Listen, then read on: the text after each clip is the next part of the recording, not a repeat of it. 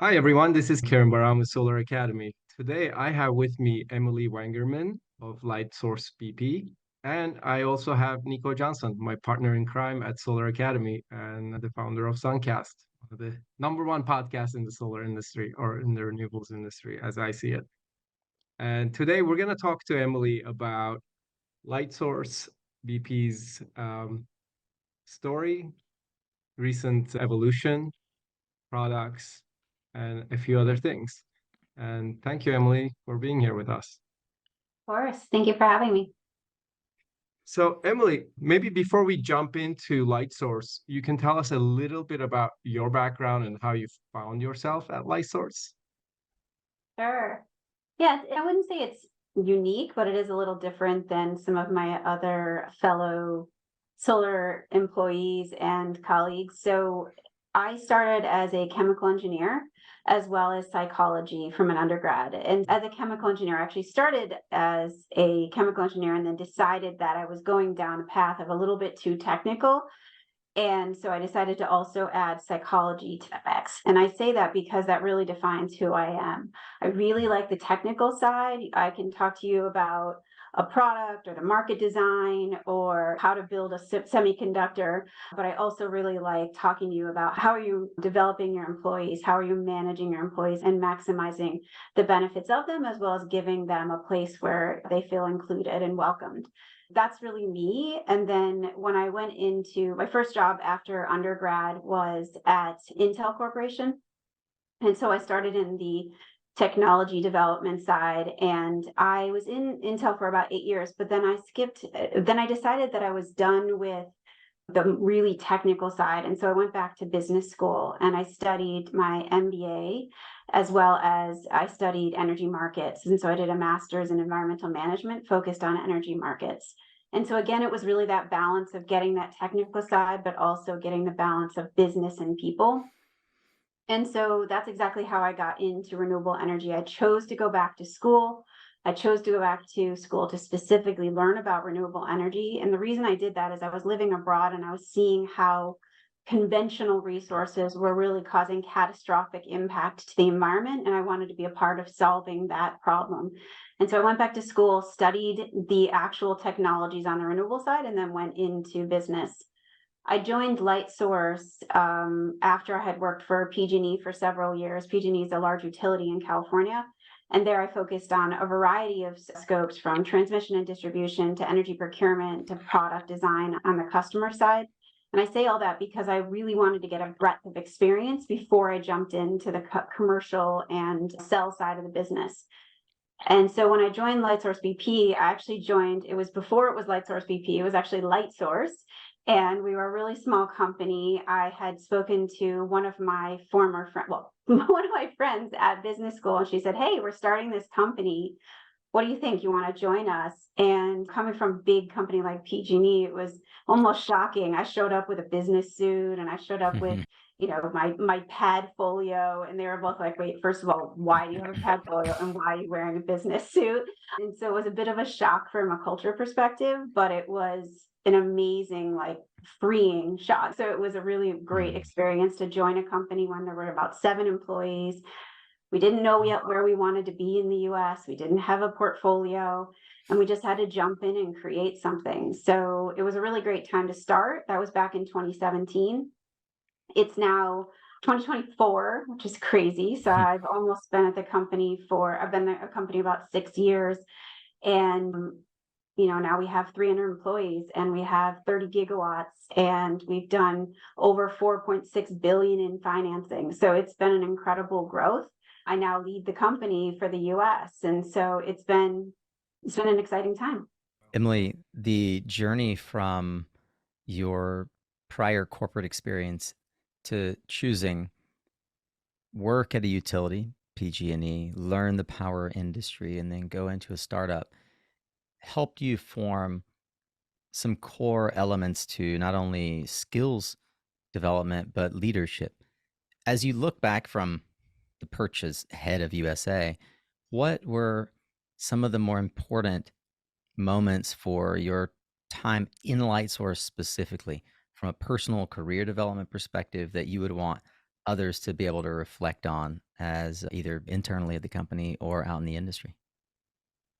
Yeah, I think the first one that comes to mind is one of my first days. My former boss at the time said, "Okay, well, go figure out what you want to do.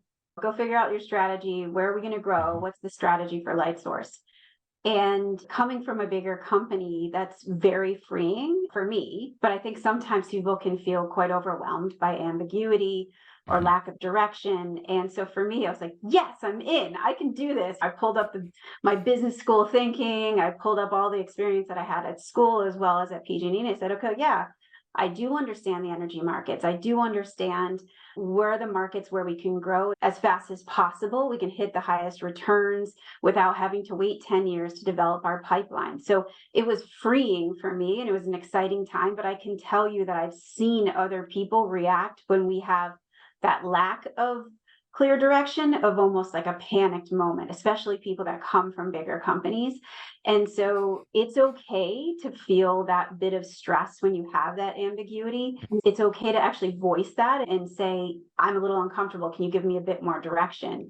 And for me, I wasn't going to get more direction, but it was okay. And then I checked back in and made sure I was on track. And that's what's really critical, that you're checking back in with your supervisor to Mhm. say, am I on the right track? I'm not just going for weeks without checking in.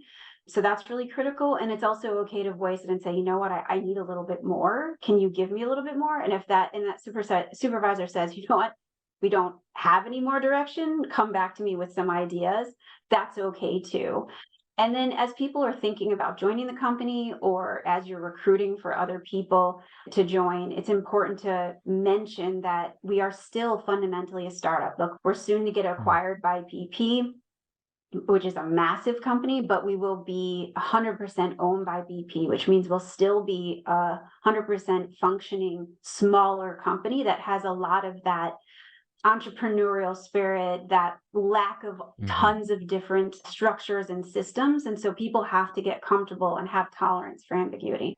When you stepped into the work at Lightsource, how did you mentioned that your boss and mentor said, go figure out what you want to work on? And it's a small team, everyone wears a lot of hats.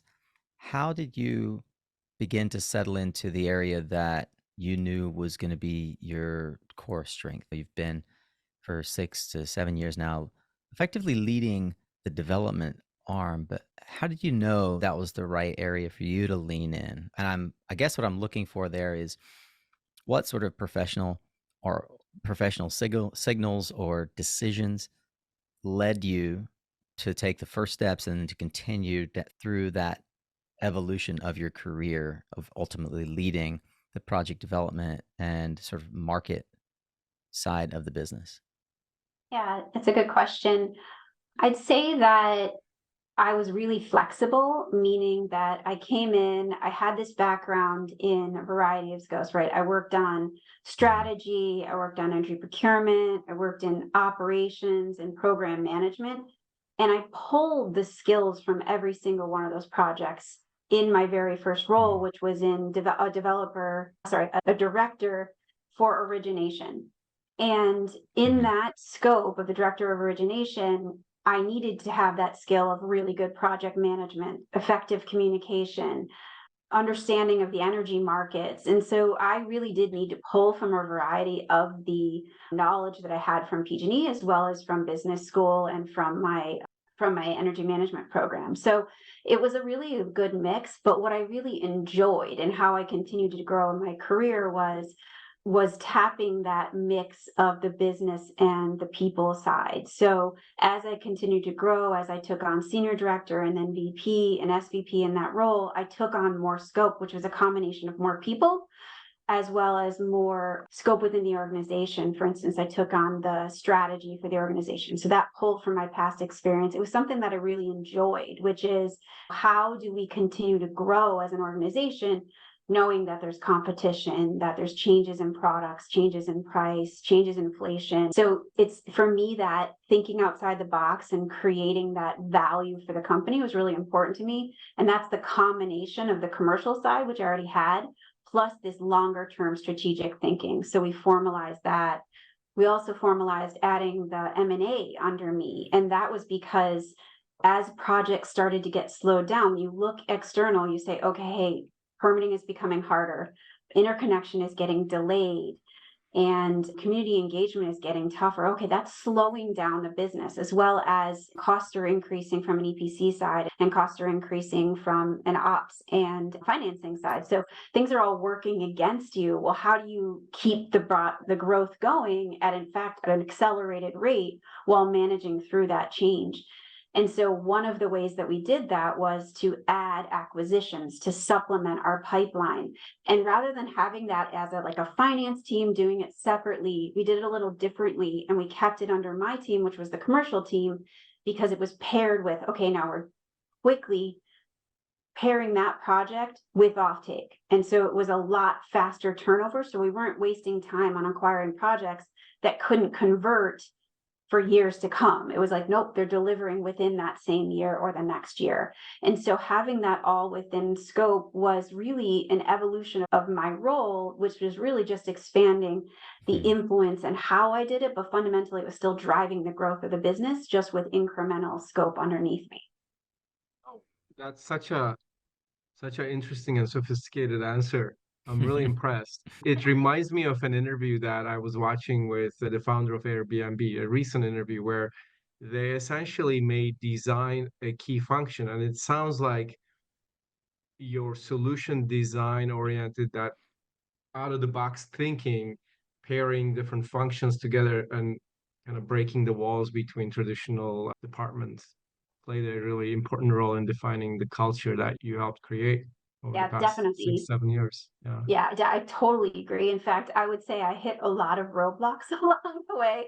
A lot of Yeah. people that are like, that's not how we normally do it in solar. Yeah. And there'd be people that Yeah. are coming in from big companies that are used to doing it the exact same way. And I said, yes, but we can't. We are a new company in a very established market. We have to do things differently, because if we do them the same way, we will never catch up to the next eras, the AESs, the 8 minutes, all these other big players. We're never going to catch up with them if we do it exactly how they've done it, because it takes a decade just to get your pipeline ready.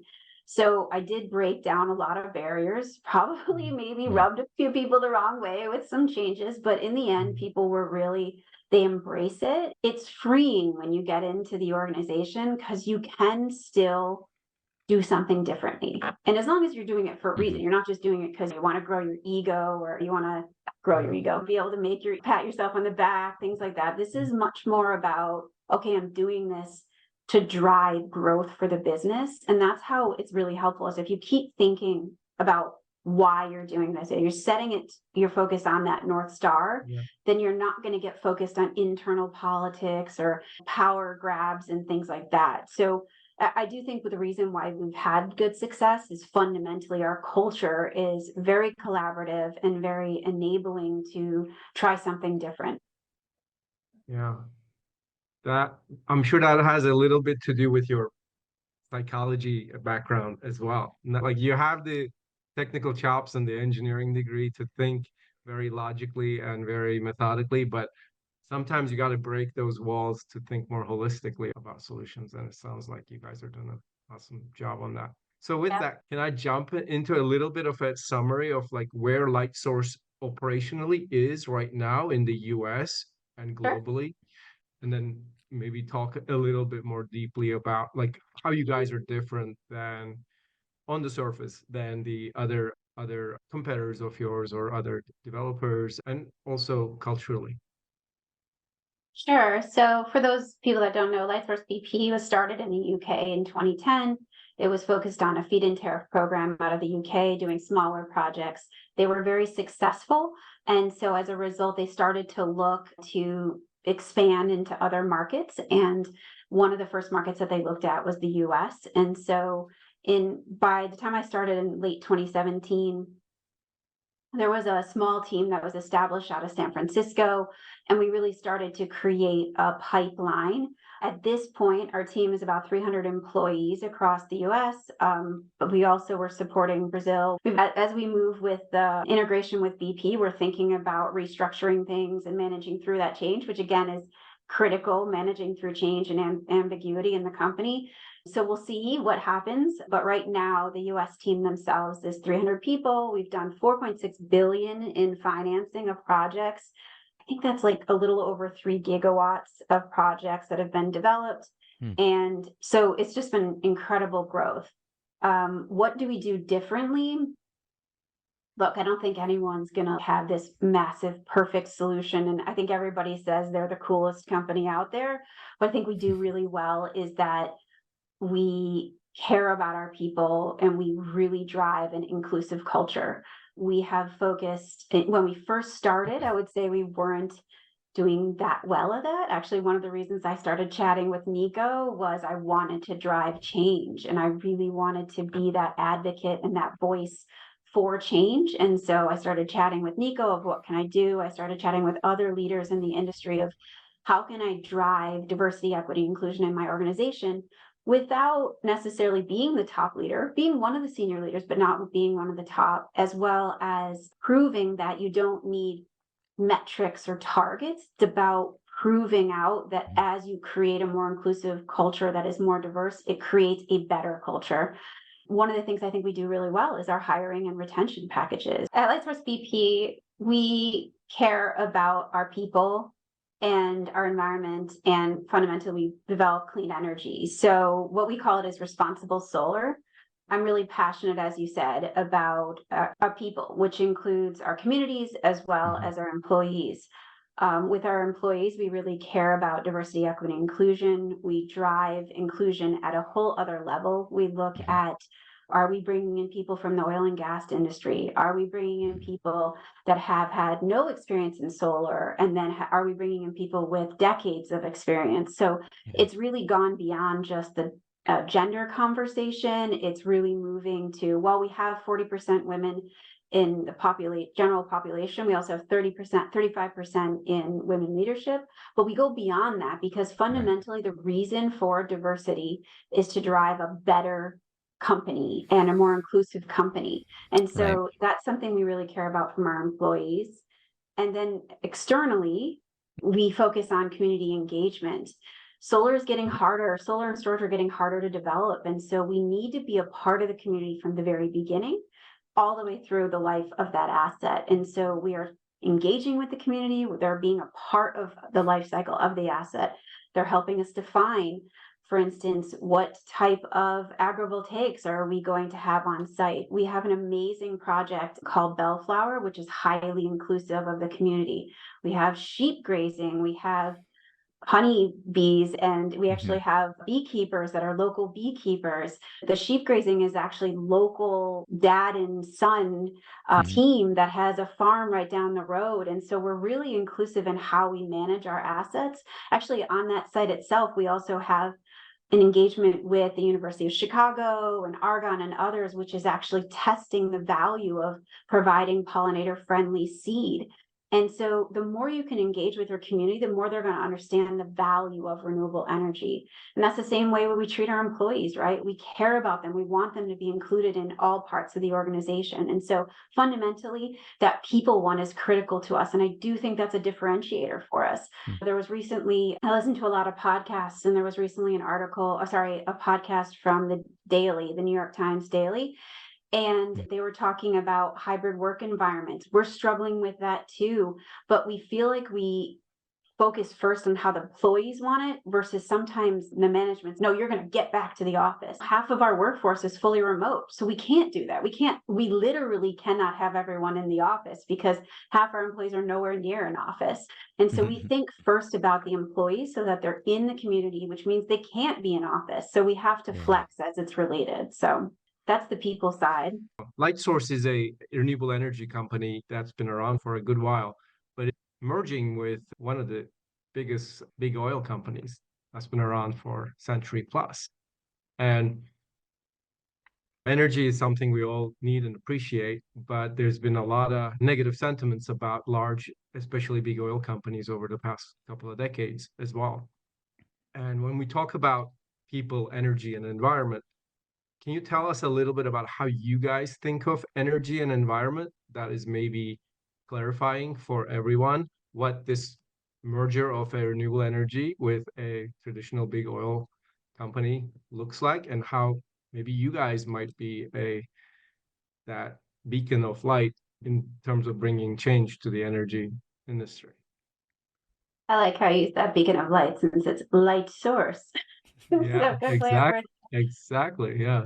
Yeah, I think you're describing the elephant in the room. BP is a very large elephant. They're traditionally an oil and gas company. That's where they've made their money. But what I do appreciate is their strategy, which was with their former CEO and now the new CEO has stayed, which is they want to become an integrated energy company.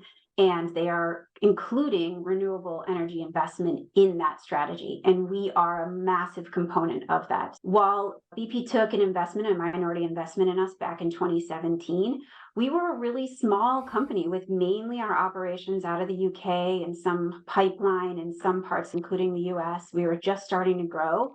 But with that funding or that source of funding from BP, we grew to be one of the largest global energy companies solar energy companies in the world. And so fundamentally, you need the big energy companies to invest in renewables to get to the scale of driving change on the climate side. I am fundamentally an environmentalist. I went to school to change the industry to address climate change. And here I am also about to be 100% owned by BP. And I'm not worried because fundamentally that's a lot of money that can grow the company and scale the company on the renewable side that we wouldn't have been able to do on our own. Many developers get hung up on their limited ability to finance projects. And so they only are able to do 1 to 2 projects per year.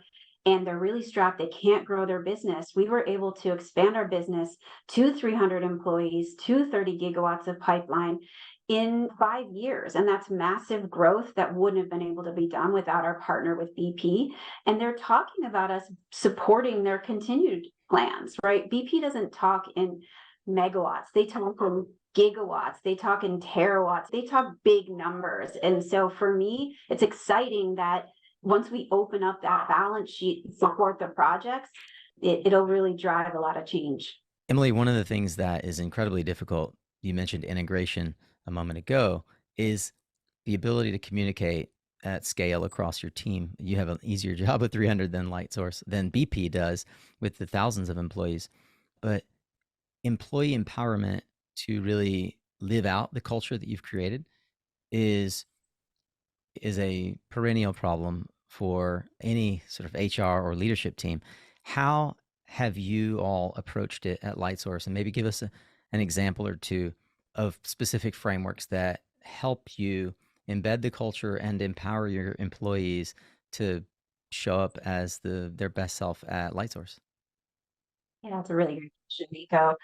I'd say the 2 main big work products that we did was one, we actually created a solid HR program and hiring practices. We were having a lot of employees and the department heads just doing the hiring on their own. And what they're then hiring for the urgent need, not the long-term value of the company. And so when you bring in a program that's focused on making sure you have diverse hires, making sure you're blending the skills of the company to be inclusive, you're going to get a better result. But you have to do it purposefully. And so one of the things we did was we hired a head of HR, and then we hired some really solid consultants to help us through recruiting, focused on diversity, equity, inclusion. And then the second major initiative that I can give as a perfect example, now this isn't the only initiative we did, but it's one that's really personal to me, is we were having some issues with retaining senior level women. We lost quite a few senior level women. I was one of the last there for the US. And I said, you know what, we've got to change. We've got to change this now because we can't keep losing this high performing talent that is hard to get to begin with. And it takes a long time to replace them and bring them back up to speed. So one of the things that we started was called Powerhouse. It was an informal group, women led from the organization. There were very few of us at the time. So it was really just a chance to get together and say, what's going on? Here's a safe space, an inclusive place where you can talk about tough conversations that you may have had. And sometimes people can feel like there's gaslighting of, oh, maybe I didn't feel that situation. I've been told it's probably not there. They keep telling me it's not there. it's there. It's okay to admit it, especially in this group. It was a safe space to say, no, it's there. It happened to me too. And you can talk about those examples. Now it's actually a formal group. It's called an employee resource group because we're a bigger company across globally. I think we're close to 1,300 globally. So it is actually going to become a global organization. So it was a grassroots organization that's now been formalized into what's called an employee resource group. It's Wow. having diversity, equity, inclusion, and focusing on women is really critical still. Sometimes people say, well, how come you're only focusing on women? Well, because the workforce is, especially in clean energy, is still 25% women, 75% men. That means we still need to work on the equity component. And this group helps create a safe space and a place for people to learn and find mentors and find a place where they can feel connected. I want to talk a little bit about how you think about the problems you're solving, especially in the context of a development company. Maybe tell us a little bit about how you focus on the various stages of development, where the company's focus is, but maybe tell us a little bit about the key problems you're solving in that process as well. Okay. Yeah, I think the solar coaster is called the solar coaster for a reason. There's lots of problems throughout the entire ride, from the very beginning when you're greenfielding projects, when you're going out there and talking to landowners. You have to consider things like, does that landowner meet our compliance obligations? Do they represent the same values that we have as a company? It's hard to find land, and yet we want to make sure that those landowners represent the same values that we have with our employees and with our customers. It's also harder to do development these days. From a community engagement perspective, you have a lot of interested parties to understand how we're using the land. We are competing for land with things like urbanization and industrialization. There's a lot in America loses 2,000 acres of farmland to low density, inefficient urban sprawl. And that's each day. Now imagine what people are saying about solar. They're saying things like, oh, you're taking away prime farmland. But actually what Lightsource does specifically is we actually work with our landowners to benefit from the thousands of acres that are sitting there for 40 years. We're actually improving the quality of that land. We're putting in friendly pollinator seed. We're also creating safe havens for wildlife. So there's actually a lot of opportunities to give back to the community as it relates to the environment. And then from the community, from a jobs perspective, as you move into construction of the projects, you're creating tons of jobs. You're creating jobs that are oftentimes the same employees are locally sourced. They're construction workers, they're solid jobs with good pay, and they're able to work on that project and then move to another project. We have several projects in Indiana, for instance, and some of our construction workers move from one project to the next. And so it's important that we're considering, okay, you have the community acceptance during the development period, during the construction period, and then during the operating period. These projects are around for 40 years, but that's a long time. You want to address multi-generational farming, for instance. As I was mentioning earlier, Bellflower is a solar project where we have a father and son partnership, which they're actually the multi-generational family farming. And one of the things that I think is really cool about it is that the grazer that's doing the sheep farming, he didn't actually ever have grazing before, but he said, you know what, I'm really interested. He actually had a shearing business, and he said, you know what, I'm really interested in the grazing business. And so he has a farm right down the road. We said, great, you can manage our sheep for us. And that's an example of now his multi-generational family farm has longevity to it and a consistent revenue stream that he may not have had before. And then from the honey production side, I was mentioning, we have this father-son family relationship where they have a store a few miles down the road from the Bellflower site, and yet they're using all this great pollinator, thousands of acres of land where they can then help their bees. And now we have honey coming out. We've always had honey since early on with Lightsource, but it's really fun now that we have US-based honey coming out. And I don't know, it's just a really interesting way to involve the community in not just the early stages of development, but all the way through to the operations. Is that honey? I've seen, just a curiosity, I've seen some of the solar plants that they will sort of brand, co-brand, or in some way label that honey as coming off of a solar farm. How do you think about utilizing the agrivoltaics focus that you've just enunciated as a way to create visibility for light source and the good that you're doing in the community, right there in the community and beyond? Yeah, so we've actually had Lightsource branded honey for many years, especially out of the UK. One of the first things I loved when I joined the company, they gave me a little jar of honey that had the No Lightsource way. brand on it. I gotta get And some. so, yeah, it's awesome. And now we have it coming out of Bellflower, which is a great example. I named that project. It's really fun for me to be like, okay, was one of the first projects I worked on for Lightsource. I named it after the state flower of Indiana.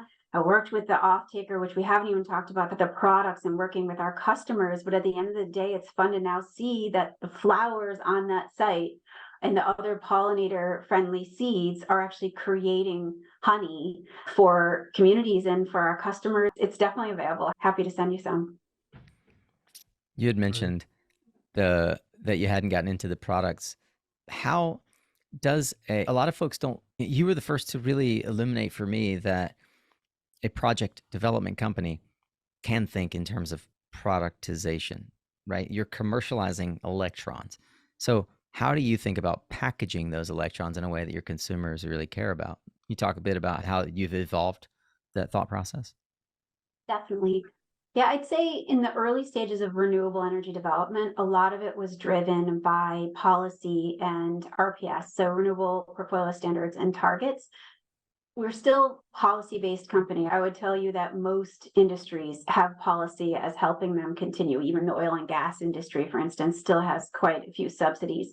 So it's not unusual to continue to have importance of subsidies and policy. But from our perspective, things have really grown. And that's one of the things that one of my areas of expertise is on the power marketing side. When we first started solar, I would say it was like, okay, build it, they will come because they need to get it, because they need to hit their targets. And it was really state driven, and the utilities did most of the procurement. Nowadays, it's a lot of corporates doing the procurement. And so as a result, you have to understand what the customers are looking for. They're a customer now. They're not just, you don't call them a utility. They're fundamentally a customer that has certain priorities. If you're looking at a corporate, for instance, if it's a really big corporate, they might have really clear sustainability targets. They might even have really clear targets of regional energy needs. They may have 24/7 energy needs, right? So they're trying to pair the renewable energy with when they actually need that energy. So it really depends on that customer. And part of my job is understanding those customers and offering them a product that best meets their needs.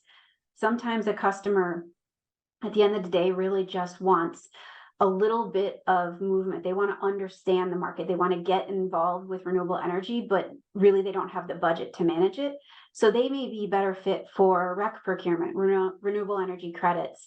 And in that case, they have a way to procure RECs only, or they could do what's called a virtual PPA. And in that case, they're procuring the RECs, but they're also creating additionality, and a new project is being developed on their behalf. And so that is the type of product where people are starting to get in the market. Then you go all the way to a company like a Google or Microsoft. They are really advanced in their procurement because they've been procuring for many years. And they're looking for pairing their clean energy with their energy use. So really looking to say, sometimes at a 5-15 minute level, are we truly using clean energy to match our energy needs? And in those cases, we can create more complex products, which can be a combination of solar and wind and battery. It can also be some unbundled RECs. It can be paired together. For instance, now that we're joining with BP, it's a really great opportunity because we can tap the BP Trading and Shipping Organization to provide a more block product to our customers, right? So it's a clean block product where renewable energy is considered intermittent. So in some cases, if you can provide that block product, you can really reduce the overall emissions of that portfolio. So it really depends on that customer. That really advanced customer might have higher expectations of your product. You just have to know what they're expecting and be able to offer it to them. And then the new entry customer, or somebody that maybe not have the balance sheet to support it or the technology to support it, they might want the simplest solution. They say, set it and forget it. Okay, that virtual PPA could be a really good fit for them. where they can just focus on meeting their sustainability targets with minimal change to their business. Emilie, you've outlined what appears to be a tremendous, supportive, exciting culture. And there are thousands of folks eager to lean in, both with as partners and for as employees, companies like Lightsource BP.